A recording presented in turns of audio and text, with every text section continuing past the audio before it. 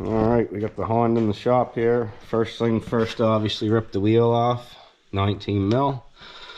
And we're gonna undo our axle nut here, which is it's even bigger than that. Must be 36. 36 mil. And then we're gonna pop our lower ball joint nut out, and hopefully, I'm pretty sure that'll give us enough room to get that axle out of there and back in. But we'll see how it goes. So I'm actually gonna pop the tie rod and the lower ball joint. I did the tie rod first, 19 mil with the air gun, and a couple cracks with the hammer, out that come. Now we're gonna get this nut off. Sorry for the light. In here in the top of the ball joint. Alright, so we popped our lower ball joint, and what ended up happening was we weren't able to pull the axle out, so I had to drop the lower cover.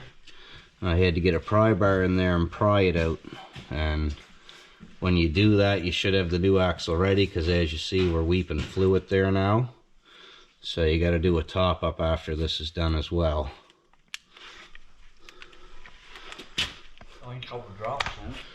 And here's the old axle. We got in and out play, and on the back side we do have a little bit of back and forth play. The new one is completely tight, no play at all, so hopefully this will take care of our vibration we were getting.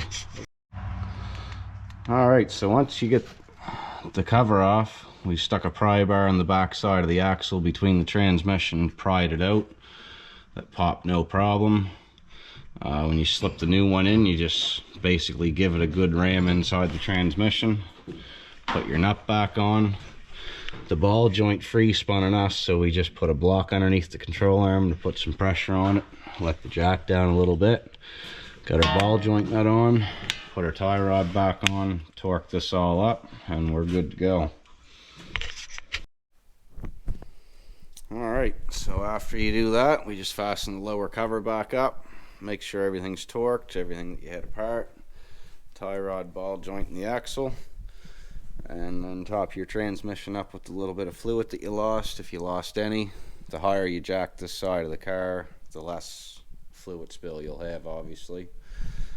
We're doing a fluid change on this very shortly, so I'm not going to worry too much about it. We only lost a little bit.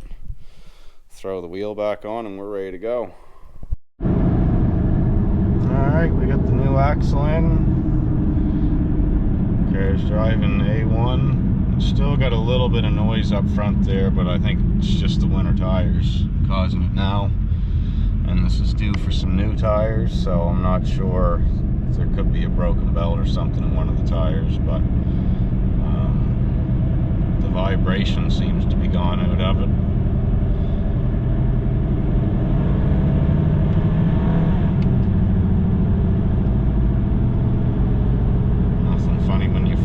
So